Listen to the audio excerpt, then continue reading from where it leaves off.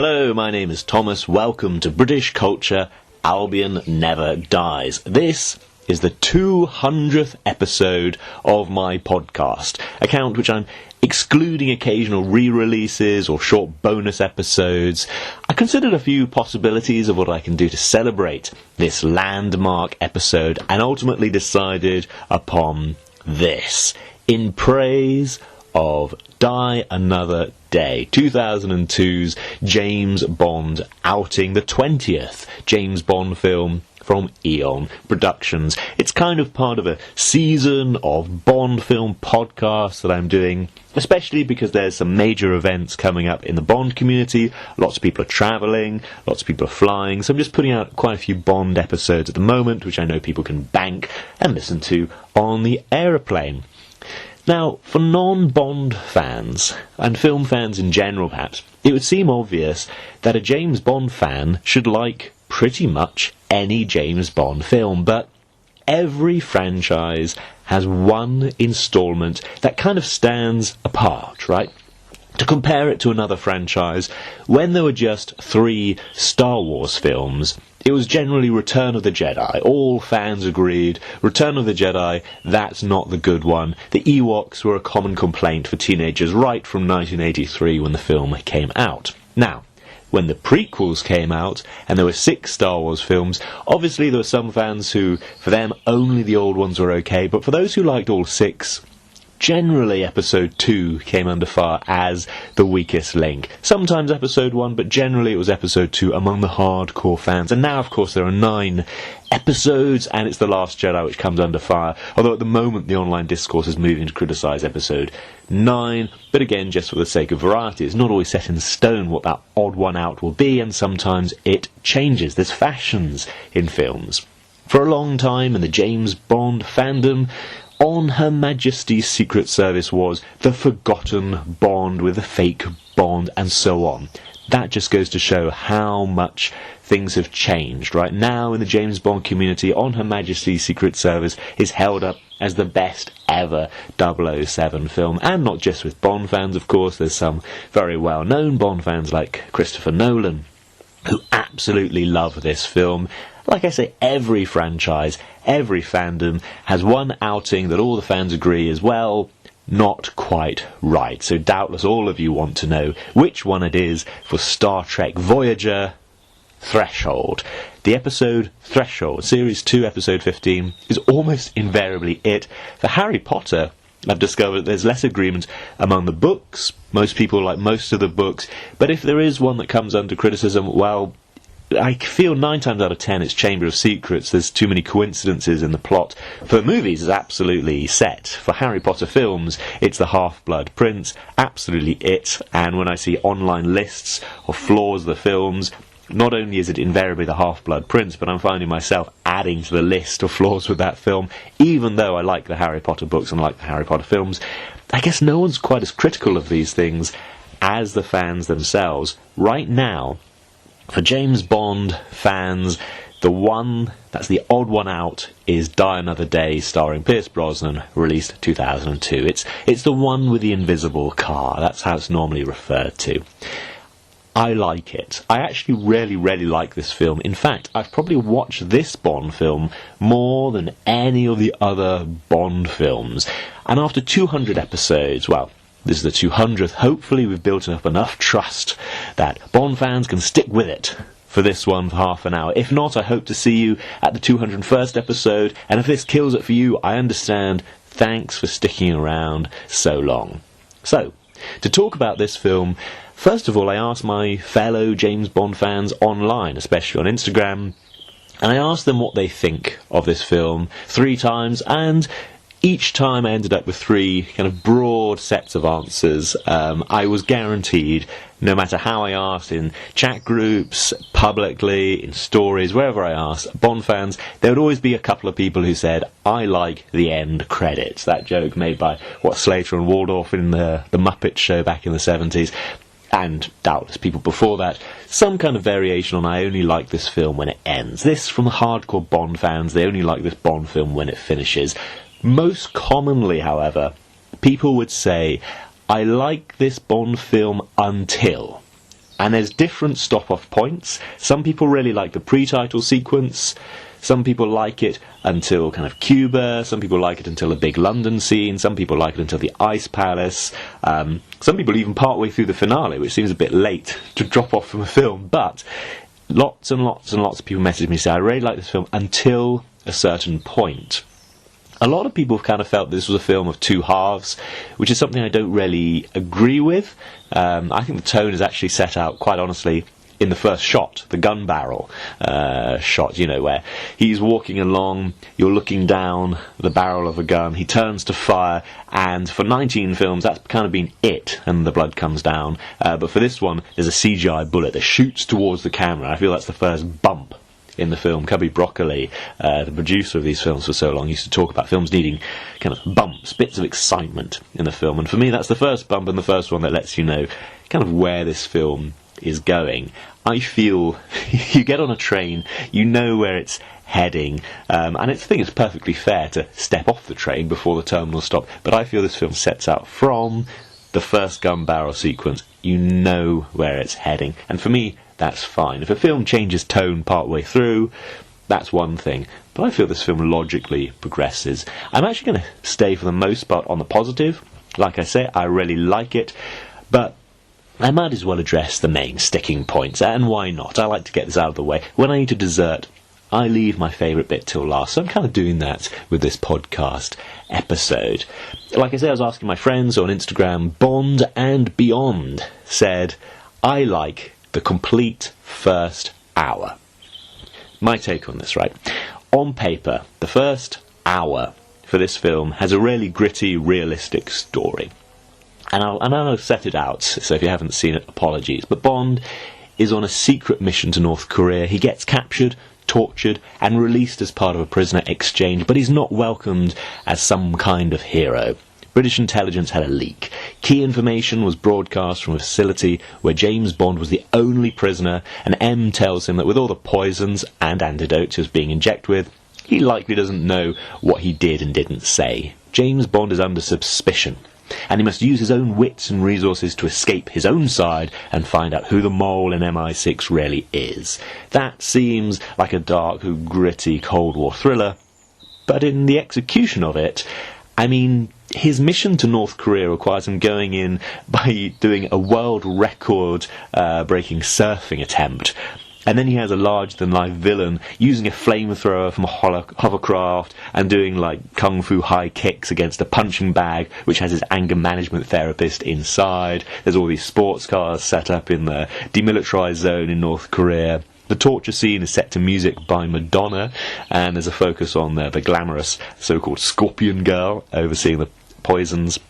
Bond's escape from prison is basically thanks to his amazing superhuman ability to slow his heartbeat to a bit implausible level, right? He basically flatlines his own heart and then magically puts it back to normal in, well, a heartbeat. And of course, using his own wits and resources means he will casually wander into a hotel which is run by another spy agency who gives him all the kits he needs, mainly very, very expensive clothes and a razor and a lovely, lovely masseuse. And I know many people have met this lovely masseuse and say she's as lovely as she seems in the film. And of course those clothes, for an indication of how expensive they are, one of the ties currently sells for close to £250, and obviously the shirts and suits and so on are even more expensive. So, he's using his own wits and resources in concept, but for me, not the reality. In reality, this film is pretty bubblegum right from the start. At least for me, that's how I see it.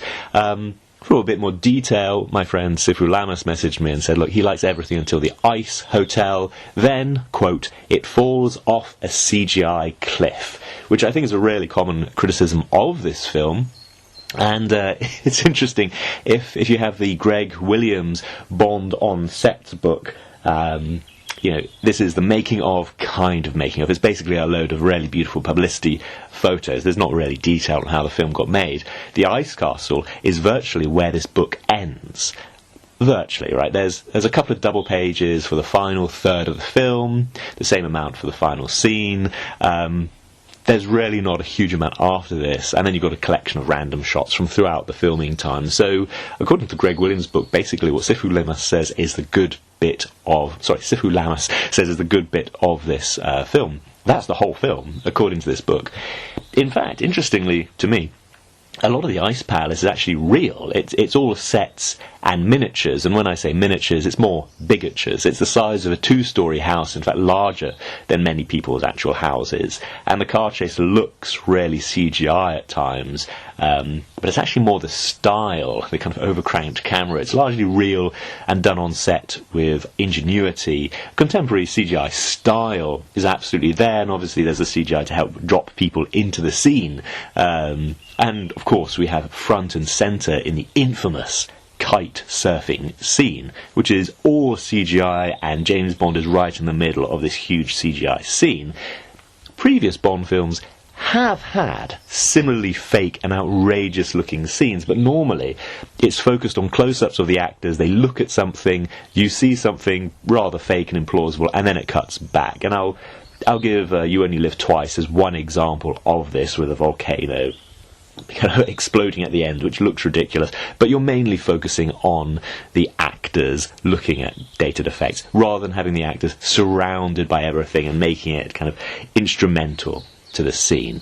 Now, the writers of the film, Purvis and Wade, have confirmed that this kite surfing scene is absolutely not what they wrote. They had a completely different escape, which is quite plausible, but it's in a drawer somewhere waiting for use. We don't know what it is. Michael G. Wilson, key producer, was actually very concerned about the scene using CGI, but the director argued for it, said, look, it's just a tool. Ultimately, everyone is using this tool, and he admits this is his idea. Lee Tamahori has said this is his scene, and says, well, and a few years later the technology would have been there. And I do feel it's a bit of a pity having this CGI kite surfing, because we had an amazing real surfing scene right at the front of the film, and then you have this fake one. So for me, it's actually the real problem is more the repetition of the scene rather than anything else. For me, it doesn't kill the film, by the way. It's just, well, could have been done better.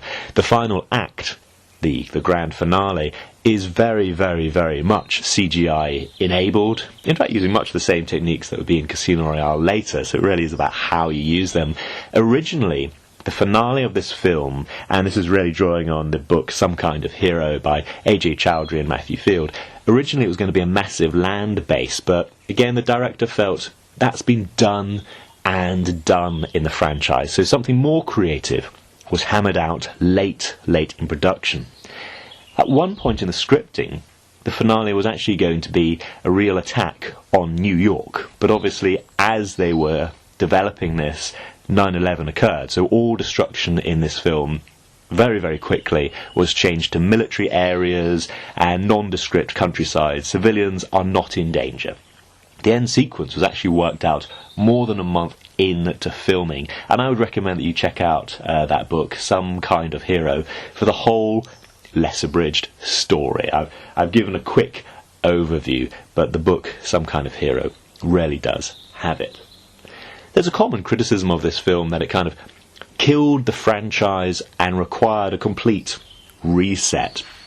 And I kind of was drawing on the Millennium Bond for this. This is Millennium Bond is a book and an account and a website that's really worth checking out. And the writer was kind of making the point to me that it was the most profitable film to date. Pierce Brosnan had more and more and more profitable films each time. And Casino Royale, even though it's very different in tone, actually has the same producers, it has the same writers, it has the same composer, the same crew, and I'm not going to go through listing all the dozens and dozens of people involved behind the camera. The costume designer, I'll call out and say is exactly the same, and you've got largely the same brands. In fact, after this film came out, check out Calvin Dyson's YouTube channel. He would point out everything would carry on in the 007 video games with the Millennium Bond feel, so Everything or Nothing came out a couple of years after this film with Pierce Brosnan as Bond, and the whole tone is absolutely on track with Die Another day. In fact, 2003, the film came out in 2002. 2003, we have reports of the MGM vice chairman, Chris McGurk. He's just singing the praises of Pierce Brosnan's Die Another Day, saying we wanted to go back to the basics, great script, great director, Lee Tamahori, to do new things in a new interesting way and expand the audience. That was the single most important thing in making a better movie. The results speak for themselves. We will definitely approach the next one in the same way. So the studio, MGM, was absolutely delighted with this. The production company, Eon Productions, would keep basically everybody except the star. As for critics, I find it interesting to go back and find some reviews from the time. The New York Times said that this is perhaps the most satisfying Bond movie since The Spy Who Loved Me. And this is very much in that same vein as The Spy Who Loved Me and Moonraker. Entertainment Weekly went into more detail of how much they love this film. They said in recent years the Bond series has grown bloated and decadent and, yes, dull, coasting on the nostalgia we all share during those first 15 minutes when the twangy machine gun guitar chords come rippling over the image of 007 firing his weapon at the audience, followed by the inevitable action sequence that's so inevitably kicked up it's a mad logistical joke, and nothing more than a joke. Die Another Day, on the other hand, is directed by a true filmmaker, Lee Tamahori, who directed Once We Were Warriors, and has re-established the series' ominous pop sensuality. Tamahori gets the true trick of Bond, that he's the ultimate agent because he keeps breaking rules, even the ones approved by his own side. The fakery goes right back to the kind we got in the 60s 007 films, with their wide-eyed suspension of disbelief. But Die Another Day gets away with it because it's the first Bond movie in ages that isn't fake fun. And I'd say that's a good description of this film. It's real fun.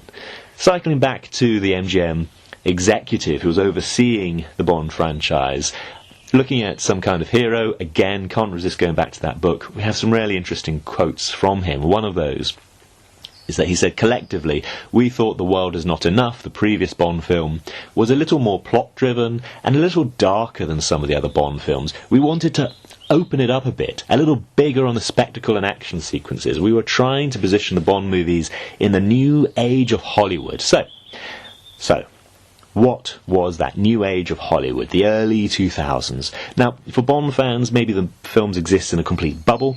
Maybe they go to the cinema for a Bond film and nothing much else. But of course, for the general public, 007 is one of several options. The MGM executive was saying he wanted to open it out to that wider audience. So, if you're choosing this film over another film at the time, what are the other options? What's the state of the union for movies around 2002?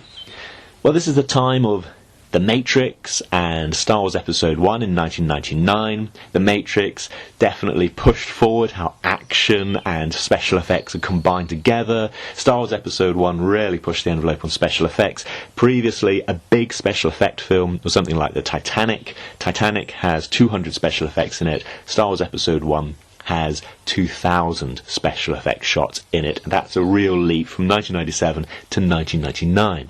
Of course, in action films we have Hidden Tiger, Crouching Dragon, with fantastical action being released in the year 2000, along with Mission Impossible 2, the John Woo outing, again 2000, X-Men in the year 2000, The Fast and the Furious 2001, Swordfish 2001, and Triple X, or XXX, the 2002 Vin Diesel film about, extreme sports and spying. It's all overblown. It's all over the top. And by the way, the director of Die Another Day, Lee Tamahori, would go on to direct a sequel to Triple X. And of course, Halle Berry, who's in Die Another Day, was in the film Swordfish. And John Woo, who directed Mission Impossible 2 in the year 2000, he was the top contender to direct Die Another Day.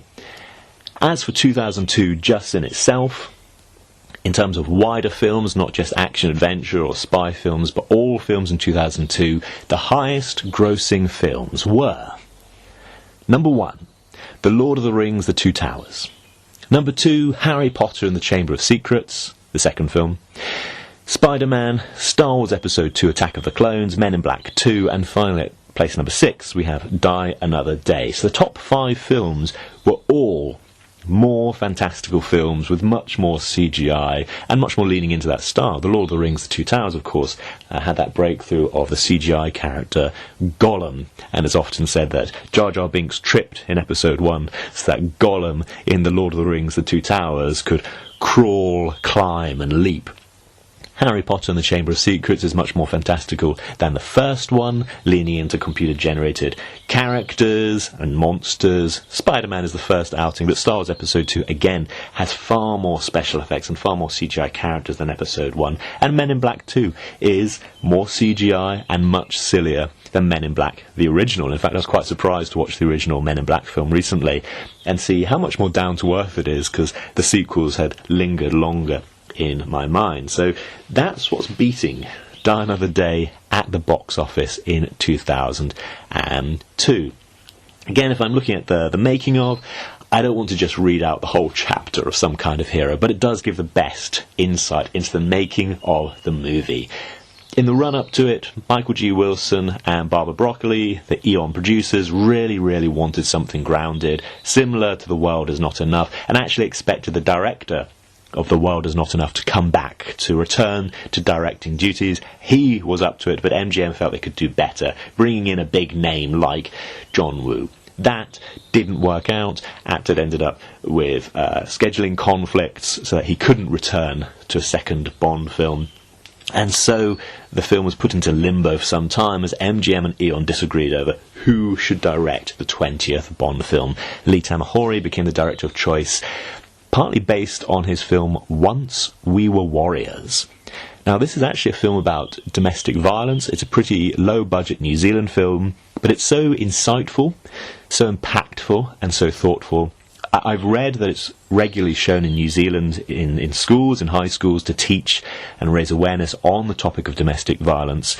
And talking to teachers from New Zealand, I've often asked them if I've met somebody who's a teacher in New Zealand, is this true? And generally I've had the answer yes. This is something that either they've shown or were shown as a child. It's a striking film, and this was Lee Tamahori's kind of calling card when he was coming into this. So this clearly appealed to Michael G. Wilson and Barbara Broccoli, but he was also very keen to do something big, bold and spectacular, and that really appealed to MGM.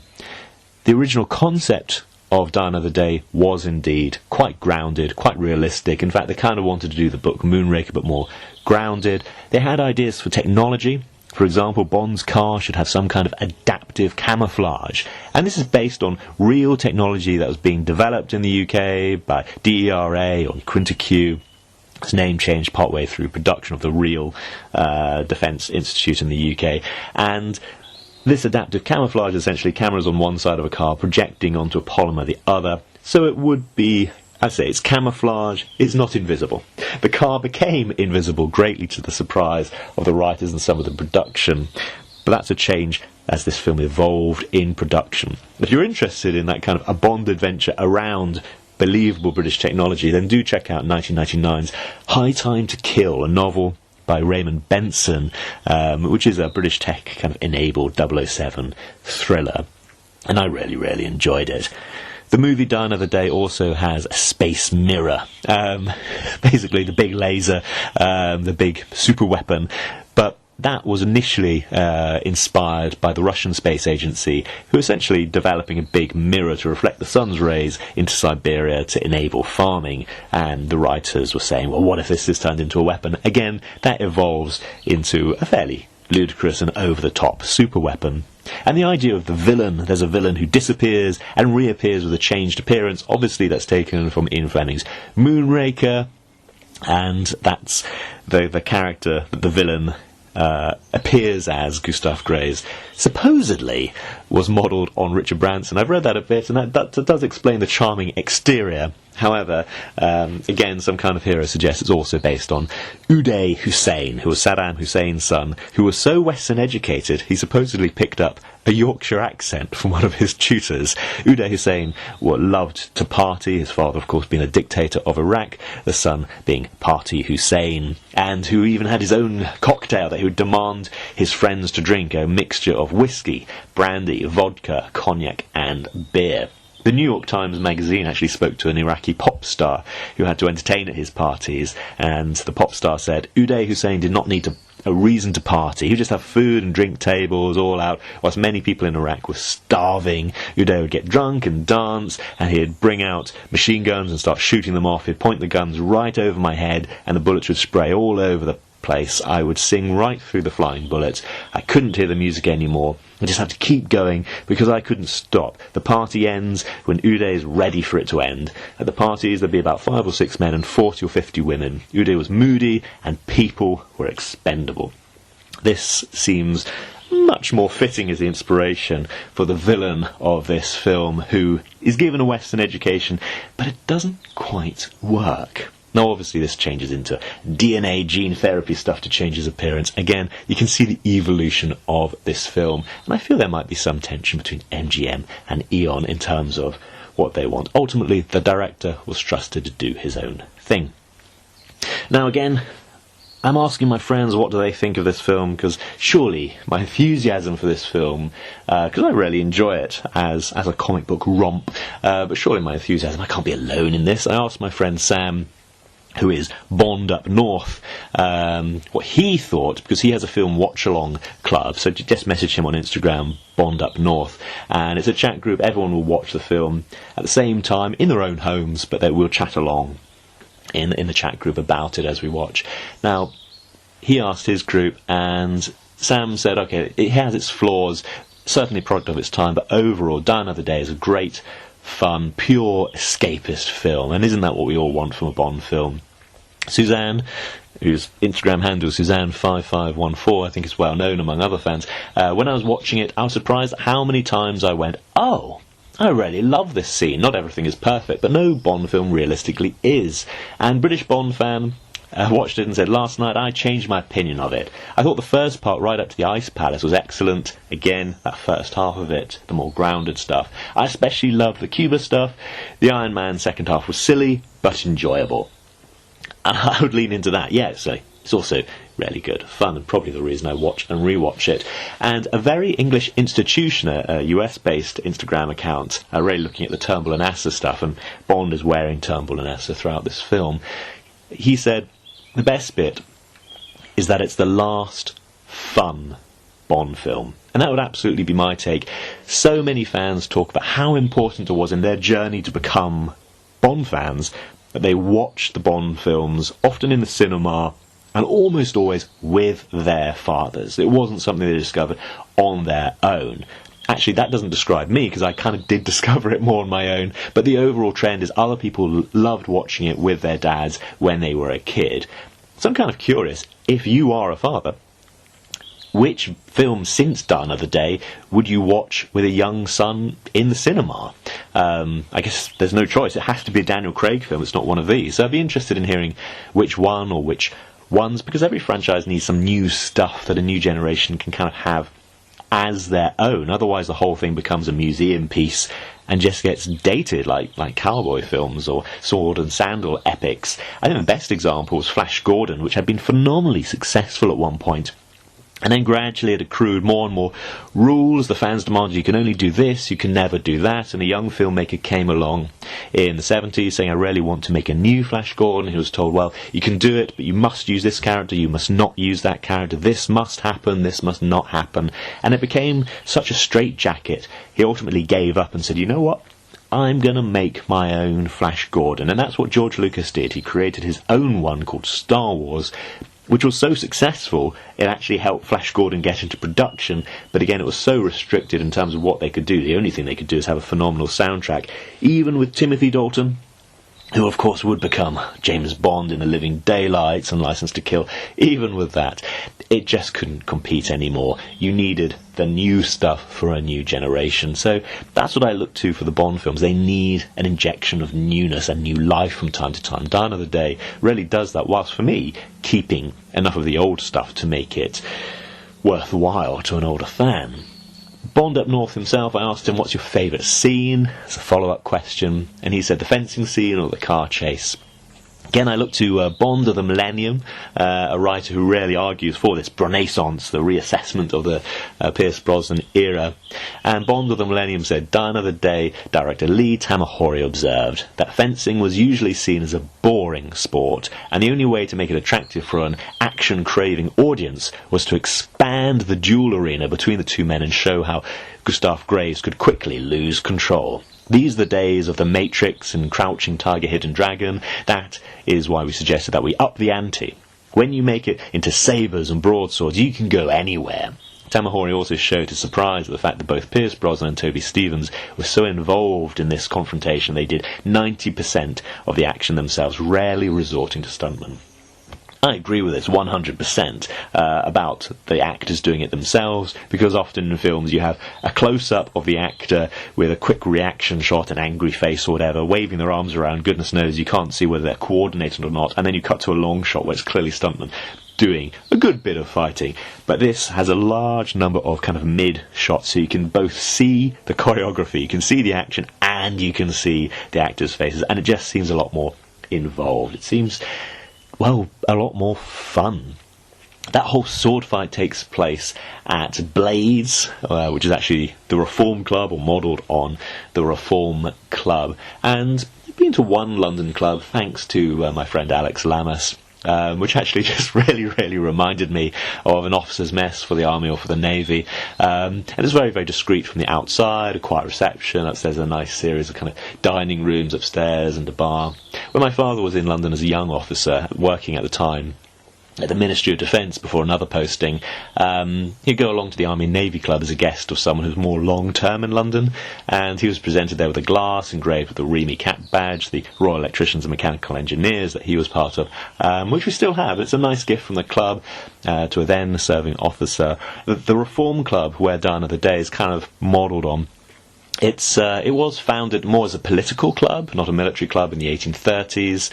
As the Reform Club suggests, it was for then progressive politicians, but it kind of progressed to be non-political, and it has been non-political for, 100 years or more. The current building has been in use since 1841. It is best known, the Reform Club, for appearing in Jules Verne's Around the World in 80 Days, published in 1872. And then as a novel in 1873, I believe as a serial. The protagonist, Phileas Fogg, is a member of the Reform Club. He sets out to circumnavigate the world on a bet from his fellow members at the Reform Club. He starts and ends at the club. Now, when ex-Monty Python member Michael Palin tried to do a similar thing for one of his TV documentaries, he was not allowed in, having circumnavigated the world, as filming there would kind of disturb the members of the club in their peace and quiet. So the finale actually takes place on the steps at the front, although at the time the rumour went round he wasn't allowed in because he wasn't wearing a tie. And that wasn't actually it. By the way, the Reform Club does appear in Quantum of Solace. It appears in Tenet as itself, and in the movie Paddington, which I think is a very underrated film. I know everyone says they love it. I just think they could say it more. One real-life member of the Reform Club is Dame Stella Rimington, who was the director of MI5 from 1992 to 1996, and she may well have been the inspiration for the Judi Dench version of M, starting as M in 1995's GoldenEye. So M might well have met M if Judi Dench had gone along there for this film. I couldn't resist checking out the London Bomb Map to see the article on the Reform Club, and Pete Brooker there on the London Bomb Map blog wrote, "I was fortunate enough to get to know someone that was a member of the club, and I had lunch with him at the club. My impressions were that it's one big library." That's true. When it was founded, it started with over 80,000 books. He also added, "Phones are very much sneered at. You should always have your phone on silent and never pick up the phone and have a conversation." According to the book James Bond on Location, most of what we see on screen was shot in the studio. That includes the gardens, as the gardens in the Reform Club are not that large and there is no fountain. As George Lucas says of the Star Wars films, none of it's real. Right, again, I'm asking a few different fans what they enjoy, and Licence to Lift, who focuses obviously on the fitness of James Bond, and is a great account for those on the Bond Fitness Challenge. His favourite bit is Brosnan and Cleese, so another ex-Monty Python member, John Cleese. This is his only film as Q, as opposed to Q's assistant in the previous film, and Brosnan obviously loved working with an ex-Monty Python member.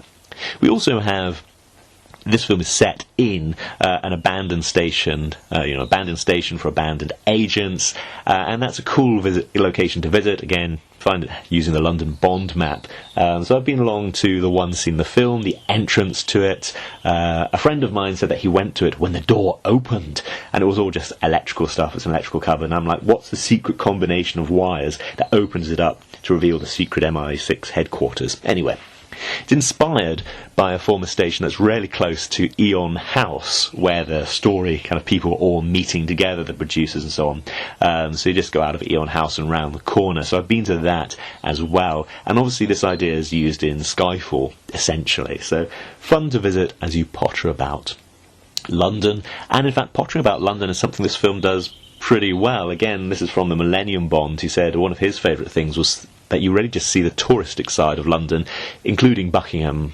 Palace. Now, The World Is Not Enough, the previous film, did it first, having a boat chase, but you get to see London as it whizzes past Bond, whereas in Die Another Day, you get to see Bond having a relatively calm life in London, and I would suggest that's a bit more like the novel Moonraker, which was one of the inspirations for this film. A friend of mine in Canada, 007 Islander, he liked that this has a British-coded villain. The villain becomes a white British male. He parachutes with a Union flag straight down outside Buckingham Palace, shortly before London Calling is playing by the Clash. And that villain is played by Toby Stephens. When he screen tested, he's, by the way, Maggie Smith's son, when he screen tested, he had a range of performances, including, reportedly, one that was actually too cold and intimidating for this kind of film. And they kind of went with a sneering, lip-curling version. But he's also played 007 himself. He's played James Bond in the BBC Radio 4 adaptations of the Ian Fleming novels, which I really, really enjoy, especially his version of Live and Let Die. By the way, the first radio adaptation of a James Bond book was the 1958 production of Moonraker, which this film draws upon with Bob Holness as 007, as noted in the Mark Edlitt's book, The Many Lives of James Bond. It's another James Bond before Connery, that is, after the Climax TV adaptation of Casino Royale starring Barry Nelson, which was 1954, the year after Casino Royale's publication. But yeah, I really like that. Again, on those across the Atlantic, Anthony.nyc, that's his Instagram handle, was talking about the Britishness of Die Another Day, and just said, well, in terms of Britishness, everything in Hong Kong, which is unique in British history, and speaking about whose turf it is, the Clash, British Airways, the hostess on the British Airways flight is Roger Moore's daughter. I really like that. There's the Union Jack over London, yep, the Clash, the exposition being done by a British tabloid, which he felt was uniquely British, getting knighted by the Queen, the whole tube scene, uniquely British, and uniquely British wartime tube posters. Of course, John Cleese just being there. 2 villainous British characters, the only movie in the series to have that. And he felt that David Arnold's score was uniquely British, particularly on the car chase scenes with huge horns and brass. I really like that. And one more thing he mentioned. Anthony mentioned a real reinforcement of the NATO relationship with an American Bond girl, the relationship between MI6 and the Americans, the two sides working directly together, which we really haven't seen. We haven't seen that good working relationship played out fully on screen in decades. I feel I have to talk about Halle Berry here. Halle Berry is half African-American and half English, her father being African-American, her mother being white and from Liverpool, and Halle Berry was raised by her mother with her sister exclusively from when Halle Berry was actually very, very young. She said she learned to identify as African-American herself, as that's how she was perceived. She grew up in the US. I'm tempted to add she probably got the better of the two accents, but I know some people object to me saying that. But on a more serious note, in 2015, Halle Berry was at the Unite for Humanity Annual Awards ceremony in Gala. That's just before the Oscars, no relation to the British charity. And Berry revealed that she was about 5 years old when she witnessed her mother being abused by her father, including her mother being beaten day after day, and her mother being kicked downstairs and hit in the head with a wine bottle. So hence, she was brought up by her mother alone. Now, Berry, of course, is very, very famous for her looks. She was ranked number 1 on People's 50 Most Beautiful People in the World list in 2003 after making the top 10 7 years in a row. She was named Esquire magazine's Sexiest Woman Alive in October 2008. She was asked about this and said, "I don't know exactly what it means, but being 42 and having just had a baby, I think I'll take it." But she's not just a pretty face. She was awarded an Oscar whilst filming Die Another Day, prompting the filmmakers to rapidly expand her role, especially giving her one-liners. They felt they couldn't just have her on set not saying anything at that moment. So she was quickly given a bit more of a role, and of course on the movie posters, she and Brosnan are absolutely together. She was part of the promotion of this film quite heavily. In fact, I've got the audio cassette in my hand right now, which has Halle Berry and Pierce Brosnan together. And by the way, the audiobook in the UK, as opposed to the US, in the UK it was read by Samantha Bond, who plays Miss Moneypenny in the film, and it's a great listen. If you can find Samantha Bond reading the novelisation of Die Another Day, it's kind of like Miss Moneypenny reading the reports of a Bond mission. That's how it feels when you're listening to it. I really, really like it. Anyway, like I say, Halle Berry, not just a pretty face, she got the Oscar, but of course she also won a Razzie for Worst Actress due to her role in Catwoman, which she accepted in person. I feel in good humour, Razzie in one hand, Oscar in the other. I feel her sense of humour carries her through all this, and I really like the chemistry with Brosnan. It feels real, it feels instant. Two actors who are both really talented at acting and are pretty easy to look at both. I move on to the next Britishness of. So Nicholas Slayton was telling me he felt the Britishness of this film is an agent of empire, visits past colonial holdings, has particular tastes, and a Clash song is used. And of course, he's talking about Hong Kong. Ian Fleming, the originator of James Bond, he wrote about Hong Kong in the book Thrilling Cities. Worth checking it out. And of course, Hong Kong appears in The Man with the Golden Gun and You Only Live Twice. There's a good scene in Cuba, which I wouldn't argue has a particular British heritage, but the mojito that Pierce Brosnan drinks, the mojito was popularised in England by Sir Francis Drake. He's the one who kind of had it in Cuba and brought it back as an idea. So he's the connection. Sir Francis Drake, of course, a Royal Navy hero. I'm going to put hero question mark. He has an interesting history. Anyway, back to Nicholas Slayton. The best bit, he said, was Bond in Cuba using contacts and charm to get a lead and a gun. Old school spy stuff in a silly sci-fi film. Yeah, I really, really like that. And of course that's the scene where James Bond picks up the book Birds of the West Indies, which of course was written by James Bond, which supposedly is where Ian Fleming got the name. Right, just quickly, one more shout out to 007_forever_Dr. Bond. He just said the best bit is Brosnan, 007 torture opening theme. It was very, very different. When I first watched it, it was really different from all the other Bond films. To see him bearded, long-haired, bedraggled, and reportedly that was Pierce Brosnan's idea to help ground that opening and sell the idea that Bond has been in prison. As I say, I feel, even though some of it is quite dark, it is presented in a really fun Saturday afternoon kind of way. It is a film that I've watched again and again.